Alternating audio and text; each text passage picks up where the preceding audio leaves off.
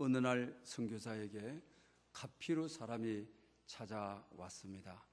일주일 전에 선교사님으로부터 신학 성경을 선물 받은 사람입니다. 이분이 오셔서 자기가 가지고 있는 사냥개가 있는데 선교사님이 주신 성경책이 우리 사냥개를 다 망가뜨렸다고 하는 것입니다. 그것이 무슨 말씀인지 선교사님은 이해가 되지 않았습니다. 성경책을 다시 한 권을 주겠다고 하니까 그게 문제가 아니라고 하는 것입니다. 사냥개가 선교사님이 주신 성경책을 갈기갈기 찢어서 다 먹어버렸다고 하는 것입니다. 그러면 성경책을 새로 한 권 주면은 감사해야만 되는 것이 아닙니까? 성경이 망가진 것이 아니라 사냥개가 망가졌다라고 계속적으로 고집을 하는 것입니다. 성경에 자기 원수를 사랑하라고 했으니 아주 훌륭한 내각이라는 이 사냥개가 하나님의 말씀인 성경을 갈기갈기 찢어서 먹어버렸으니까 사냥을 할 대상인 원수를 이제는 사랑하게 되었으니 이제 나의 본업이 없어지게 되는 어려움을 겪게 되었습니다. 그러니 성경이 망가진 것이 아니라 사냥개가 망가진 것입니다. 이렇게 계속 선교사님을 설득하는 것입니다. 세상에 믿지 않는 사람들도 성경에 대해서 이 사냥개도 성경을 먹게 되게 되면은 원수를 사랑하게 되어서 사냥하지 못하게 되어진다고 하는 그의 성품이 바뀌어지게 된다고 하는 이런 상식을 가지고 있다라고 하는 것입니다. 여러분들은 성경에 대해서 어떤 가치관을, 어떤 고백을 하고 있습니까? 본네프는 이렇게 말을 했습니다. 성경은 옳은 말씀이 아니다. 성경은 좋은 말씀도 아니다. 또 성경은 그냥 단순히 재미있는 말씀도 아니다. 성경은 살아있는 하나님의 말씀이다. 이렇게 말을 했습니다. 우리 개개인이 성경에 대해서 어떤 고백을 하고 어떤 신앙을 가지고 살아가느냐고 하는 것은 자기 인생의 행로를 결정하기도 하는 것입니다. 여러분들은 다른 것은 몰라도 오늘 이 예배를 통하여 성경이 나에게 무엇을 말해주고 성경이 기독교에서 어떤 중심적인 부분에 있는지를 잘 아셔야 평생의 신앙생활을 잘 할 수가 있습니다. 오늘 본문은 특별히 베드로 사도, 베드로 전서입니다. 베드로는 예수님의 수제자입니다. 예수님의 제자로 부를 때 가장 먼저 초창기 멤버로 부름을 받았습니다. 바울 사도나 디모데 이런 분들은 예수님이 십자가에 돌아가시고 부활한 이후에 예수님을 만나서 예수님의 제자가 되었습니다. 예수님과 함께 공생애를 누구보다도 가까이 지켜보았습니다. 그러니 베드로가 성경에 대해서 어떻게 말을 하고 있는지 그 말은 대단한 우리 인생에 도전을 주고 의미를 준다고 할 수가 있겠습니다. 오늘 보면 23절에 보면 너희가 거듭난 것 하나님의 자녀가 된 것을 말하는 것입니다. 썩어질 씨로 된 것이 아니요 썩지 아니할 씨로 된 것이니 살아있고 항상 있는 하나님의 말씀으로 되었느니라. 할렐루야. 베드로의 고백이 우리가 거듭나서 영생을 누리며 살아가는 것이 썩어질 씨로 된 것이 아니다. 썩지 아니할 씨인 살아있고 항상 있는 하나님의 말씀으로 거듭났다. 우리가 영생을 얻는다. 이 말씀을 하고 있는 것을 보게 됩니다. 또 히브리서에 보게 되게 되면 4장 12절에 하나님의 말씀이 무엇인가를 좀 더 구체적으로 말하고 있는 것을 봅니다. 하나님의 말씀은 살았고 활력이 있어. 활력은 생명을 주는 생명력이 있다고 하는 말씀인 거죠.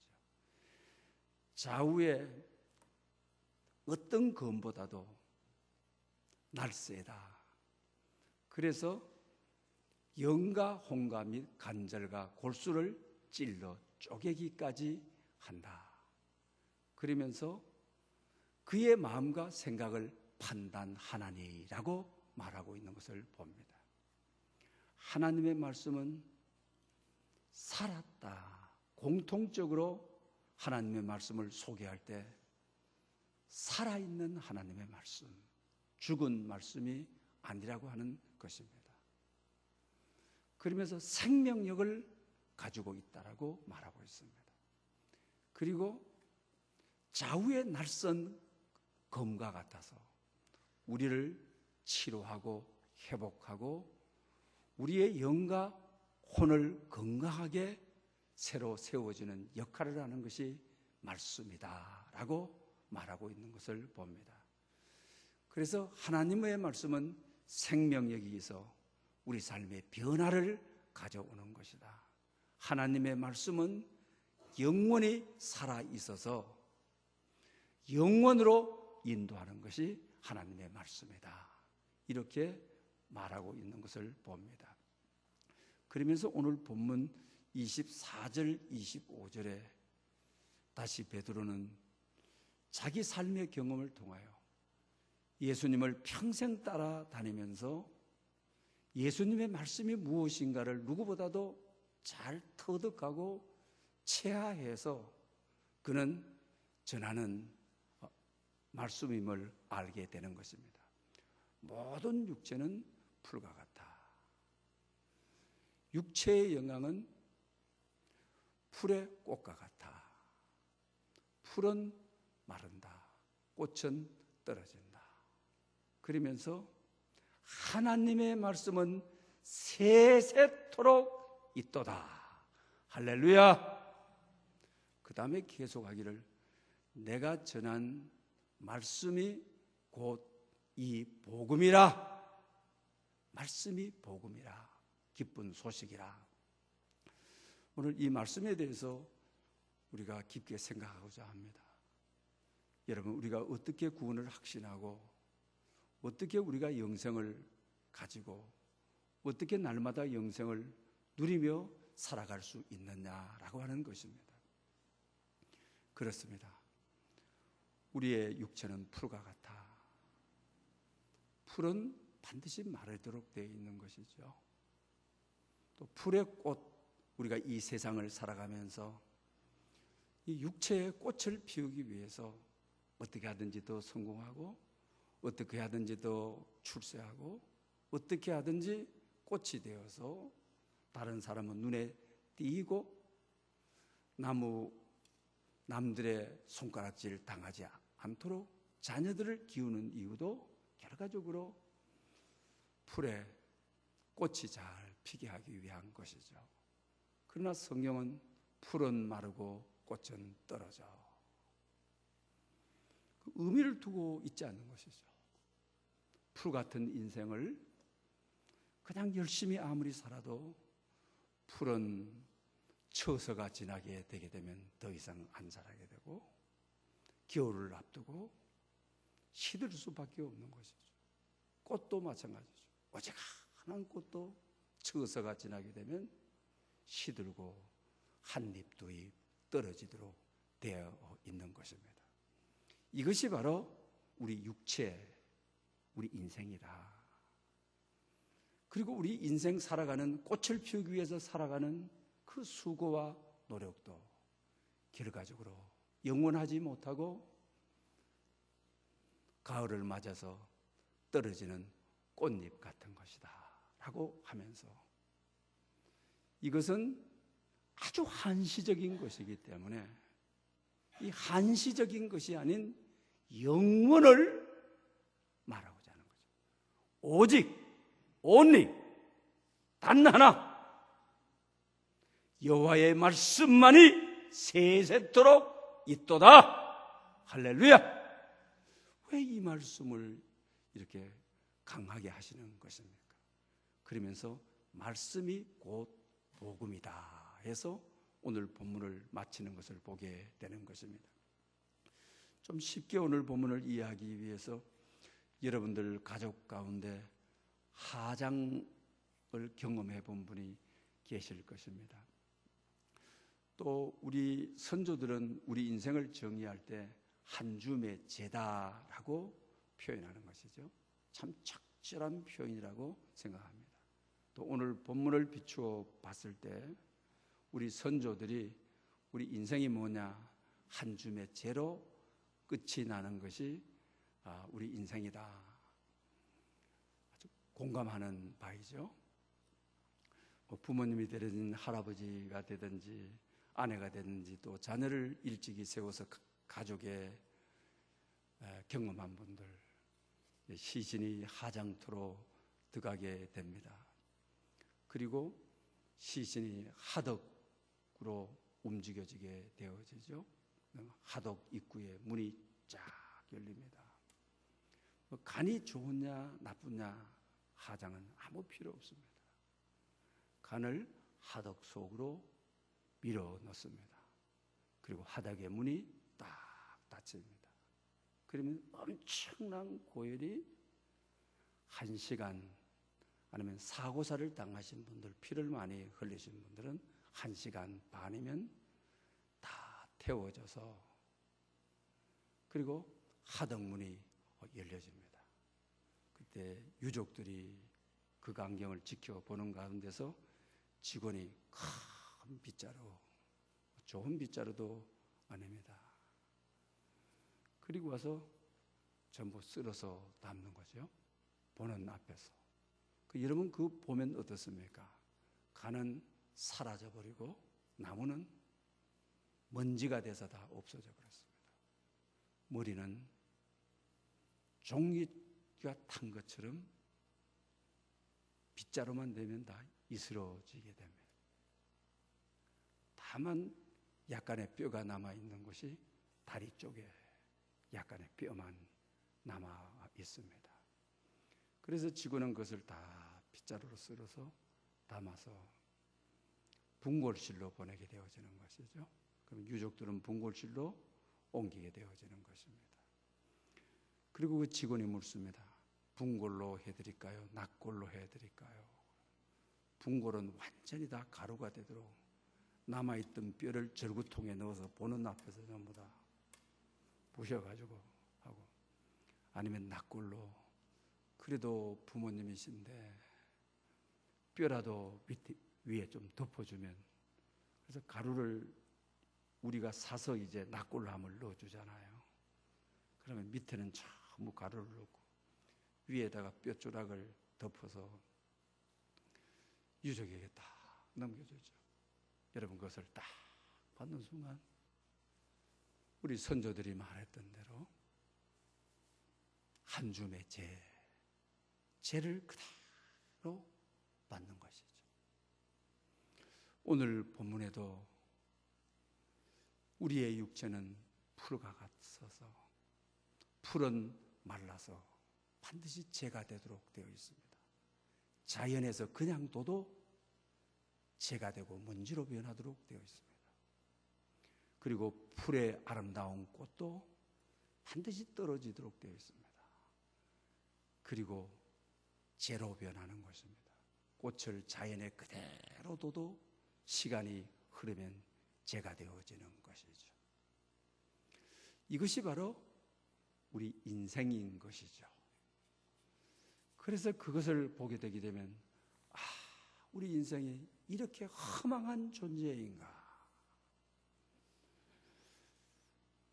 참 이렇게 한 줌의 죄로 돌아가는 것이 인생인데 왜 그렇게 쉬지 않고 일하고 땀 흘리고 수고하고 아파하고 애달바하고 눈물 흘리고 왜 그랬을까?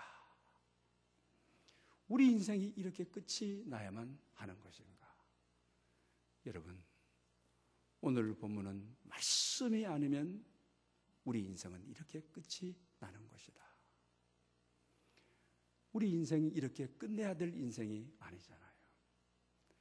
그래서 성경은 말씀을 믿어야 된다. 말씀대로 살아야 된다. 이것이 지혜다. 이것이 인간 살아가는 근본이다. 이 말씀을 계속 하고 있는 것이죠. 허망하게 우리의 육체가 한 주 매제로 그렇게 힘들게 살아왔던 세월이 한 주 매제로 끝낼 수는 없는 인생이잖아요. 그러면 어떻게 하면 영혼을 이어갈 수 있는 것입니까? 베드로 사도는 어떻게 하면 영혼을 사모하고 영혼을 맛보며 영혼을 소망하며 살아갈 수 있을까? 이걸 우리에게 가르쳐주고 있는 것이죠. 인간은 유한한 존재입니다. 하나님만이 영원한 존재입니다. 그런데 오늘 본문 말씀에 오직 하나님의 말씀만 세세토록 있도다. 그 하나님의 말씀이 살아있고 항상 있는 말씀으로 거듭나는 하나님의 자녀가 되느니라고 말하고 있는 것을 보게 됩니다. 여러분, 말씀을 등지고 말씀 없이 살아간다고 하게 되게 되면 오늘 본문이 말하는 대로 육체가 풀이 마르는 날, 꽃이 떨어지는 날, 아주 가장 허망한 존재로 돌아가는 것이 우리 인생인 것입니다. 그러면서 그 사이에 끼워놓은 하나님의 말씀의 영원성에 대해서 하나님이 영원하고 예수님이 영원하고 성령 하나님이 영원하고, 그런데 오늘 본문 말씀에 하나님의 말씀이 세세토록 있도다. 하나님의 말씀이 영원함이라. 이 말씀을 끼워두고 그러면서 우리를 설득해 들어가고 있는 것을 보게 되는 것입니다. 어떻게 구원을 얻습니까? 우리 유한한 존재가 말입니다. 시간은 계속 흘러가고 있습니다. 1초 1초가 우리 곁을 흘러가고 있습니다. 죽음은 우리를 계속 가까이 하루하루 가까이 오고 있는 것을 보게 되는 것입니다. 여러분, 우리 유한한 존재가 풀과 같고 풀의 꽃과 같은 우리 존재가 하나님의 말씀은 영원하다. 하나님의 말씀을 믿습니다. 예수님은 말씀이 육신이 되어 말씀을 살리는 영으로 우리에게 오신 분이 예수님인 것입니다. 그러므로 나는 허망한 존재로 끝날 수밖에 없는데 영원성을 지닌 예수님 말씀을 내가 믿음으로 말씀에게 접목이 되어지는 것입니다. 말씀과 연합이 되어지는 것입니다. 말씀과 하나가 되어지는 것입니다. 말씀과 연대하는 것입니다. 절대로 떨어질 수 없는 연대 말입니다. 내가 말씀 안에 있고 말씀이 내 안에 있는 연대 말입니다. 그러기에 한 줌의 죄로 돌아가야 되는데 내가 믿는 내 안에 있는 영원성을 지닌 말씀이 연대해서 말씀 때문에 영원으로 가는 것입니다. 하늘나라로 가는 것입니다. 그래서 오늘 본문에 베드로는 우리 인간의 이야기를 하고 오직 하나님의 말씀만 세세토록 있도다. 말씀을 믿을 때 말씀이 나를 사로잡아 이 유한한 허망하게 한 줌의 죄로 끝날 내 인생을 영원한 말씀에 영겁이 되어 영원한 말씀에 접붙임이 되어 내가 부족하고 내가 연약해도 영생을 얻는 것입니다. 하늘나라에 가게 되어지는 것입니다. 그래서 성경은 말씀대로 살아라. 말씀이 살아있는 것이다. 말씀이 생명이다. 말씀이 우리를 변화시키는 능력이 있다. 죄인을 의인으로 바꾸는 능력이 말씀에게 있다라고 하는 것입니다. 사랑하는 여러분, 우리는 1초 1초 그냥 시간을 흘러보낼 수가 없습니다. 성경에서 시간을 아끼라고 하는 말은 그리스 원문에서 시간을 건져 올리라는 말입니다. 왜? 덧없이 흘러가는 생명망 갉아먹도록 흘러보내는 시간들, 하나님의 말씀과 시간을 연결을 시켜서 말씀으로 덧없이 흐르는 1초 1초를 구원으로 영생으로 건져 올리라. 이 말씀이 세월을 아끼라, 시간을 아끼라, 비둥대면서 일하지 않고 그런 분들에게 세월 아끼라, 시간 아끼라고 우리가 말하지를 않습니까? 이 세상 모든 것은 유한합니다. 없어집니다. 떨어집니다. 썩어집니다. 잊혀지는 것입니다. 한경진 목사님이 97세 때 100살 넘게 살지 않았습니까? 그렇게 해서 목사님들이 남한산상 계실 때 찾아갔습니다. 하시는 말씀이 영어를 다 잊어버렸다. 한 단어도 생각이 나지 않는다. 이러시대. 그분은 영어가 보통 영어가 아니지 않습니까? 그 당시는 지금 현재 서울에 있는 숭실대가 아니고 평양에 있는 숭실대 영문학과를 나왔는 거죠. 선교사들이 세운 곳에서요. 그리고 또 미국에 가서 유학을 오랫동안 했죠. 그래서 항상 하는 말씀이 나는 한글 성경보다도 영어 성경을 더 많이 읽었고 또 한글 성경을 읽으면 너무 어려운데 영어 성경을 읽으면 너무 쉽다. 그래서 우리나라에 정말 전통한 통역가였던 것이죠. 어려운 학자들이, 신학자들이 왔을 때 그 정확하게 통역을 할 수 있는 분은 한경진 목사님 뿐이었던 것입니다. 우리 빌리그람 대회 했을 때 1차 통역은 한경진 목사님이었죠. 그런데 여의도 강장을 할 때는 이제 내가 이제 나이도 좀 있고 하니까 김장한 목사님에게 어린 시절부터 소년시대에 미국 가가지고 뽀이라는 말이 좀 좋은 말은 아닌데요. 그 심부름 허드레하는 뽀이를 하다가 그 다음에 또 미국 여인을 만나서 또 자녀들을 놓고 해서 영어에 익숙하니까 김장한 목사님에게 맡겼던 것이죠. 그분이 하는 말씀이 그렇습니다. 영어 잘했다. 한 단어도 생각이 나지 않는다. 여러분, 풀의 영광은, 풀의 꽃은 떨어져서 한 단어도 생각나게 잊어져 버립니다. 썩어져 버리는 것입니다. 없어져 버리는 것입니다. 그러나 오직 여호와의 말씀만이 세세토록 있도다.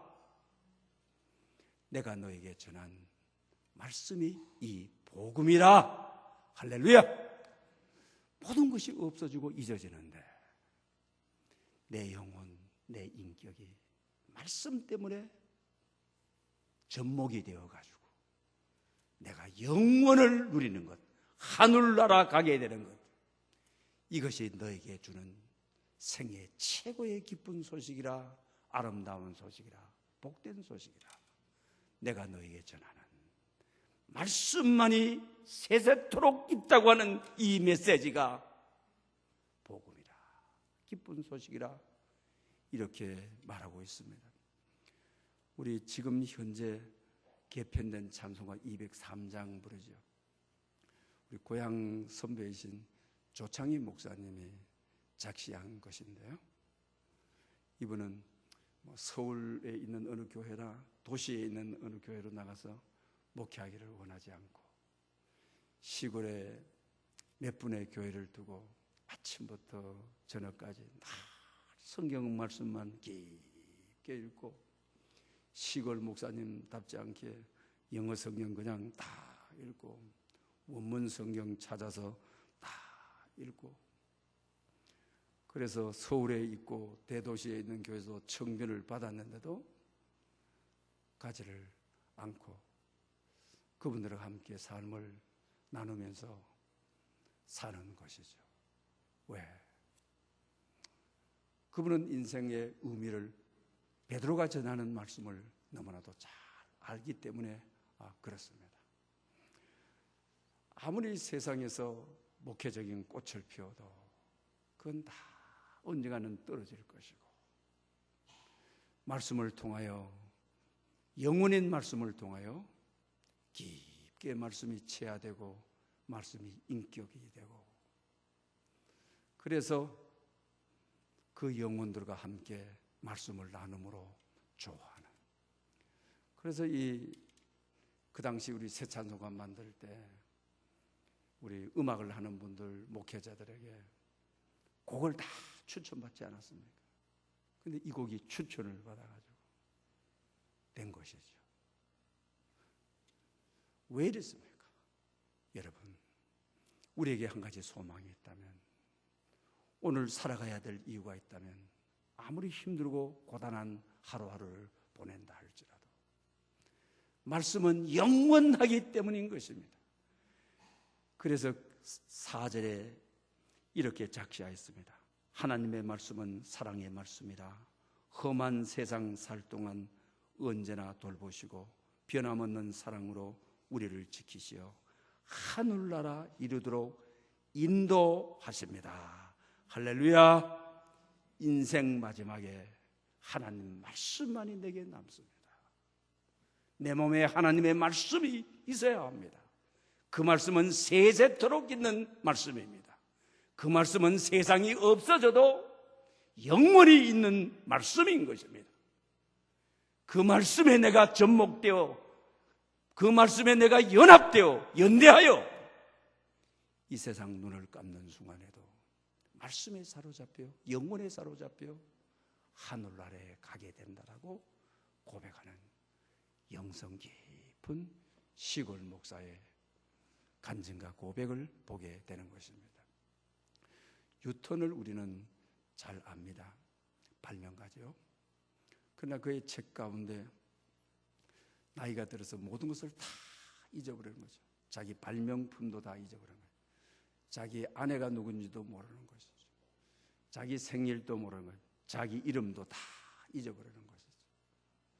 100세 시대를 살면 우리 대의에서도 보게 되면 연세가 많은 분들이 과거를 싹 잊어버립니다. 한글도 다 싹 잊어버리는 어느 순간이 오게 되어지는 것입니다. 이렇게 끝낼 수는 없는 인생이죠. 그래서 베드로는 오직 하나님의 말씀은 세세토록 있도다. 말씀을 등지고 살아서는 안 되는 이유가, 말씀을 의지하고 말씀을 믿고 살아가야 되는 이유가, 말씀은 영원성을 지니고 있기 때문에 말씀과 연합해서 영원한 하나님의 말씀이 하늘에 이르렀을 때 내가 거기에 사로잡혀서, 내가 거기에 접목되어서 그곳에 이룰 수 있으니까, 다른 방법은 없으니까 말입니다. 그래서 그는 제자가 찾아와서 선생님 이름도 잊어버리고 나이도 잊어버리고 생일도 잊어버리고 형제를 옆에 갖다 놔도 다 모르는데 아는 것이 뭐가 있습니까? 아주 유명한 이야기가 있습니다. 나는 죄인이라는 것과 예수 그리스도가 말씀으로 나를 구원하신다는 것, 이건 나는 분명히 아는 고백이네. 자기 이름도 자기 나이도 아내를 옆에 갖다 놔도 아내의 얼굴도 당신이 내하고 아내로서 살았는지 과거를 다 잊어버린, 세월이 지나면 지날수록 놓을 수밖에 없고 잊을 수밖에 없고 썩을 수밖에 없고 없어질 수밖에 없고 떠날 수밖에 없는 것이 인간사입니다. 그러나 나를 영원히 떠나지 않는 것은 세세토록 있도다. 하나님의 말씀만이 나를 떠나지 않는 것입니다. 저는 야구 선수들, 축구 선수들 좋아합니다. 그리고 한 번도 그러나 그 경기장에 가본 적이 없습니다. 야구, 축구 좋아하시는 분들 보면 그 티켓 값이 아주 대단합니다. 적은 금액이 여러분 아닙니다. 좋아하는 사람들은 아무리 비싸도 삽니다. 그리고 그 경기장에 가는데 뭐 교통사정이, 우리도 이 월드컵 경기장에 할 때 우리 교회 앞까지 이 양 도로변을 차들이 다 메우지 않습니까? 뭐 교통이 막힌다고 안 오고 뭐 교통이 뚫렸다고 오고, 그들은 그게 아닙니다. 막히든 뚫히든 또 자리에 가보면 사람들이 얼마나 많습니까? 저는 티켓을 선물로 받은 적이 있지만, 아이고, 우리 교회 앞까지 차들 다 메워놓고 저 뒷좌석까지 다 메워놓고 이 골목까지 다 메워놓고 거기 가서 내가 12시에 올지 1시에 올지 포기합니다. 그래서 누구 보고 축구 좋아하면, 야구 좋아하면 한번 가보라고 하는 것이죠. 여러분, 자기가 좋아하는 경기의 극성 팬들도 이렇습니다. 여러분, 우리는 예수님을 얼마나 만큼 좋아합니까? 우리는 전도할 때 예수 믿으면 건강해진다, 병이 낫는다, 형통해진다. 정말 그렇습니까? 이제는 그런 말을 할 시대가 아닙니다. 정말 솔직해야 될 시대입니다. 예수 믿으면 병이 계속될 수도 있습니다. 아플 수도 있습니다. 더 어려워서 얽히고 설칠 수가 있습니다. 여러분, 예수 믿는 최고의 보상이 무엇인 것입니까? 예수님 자신이 예수 믿는 최고의 보상인 것입니다.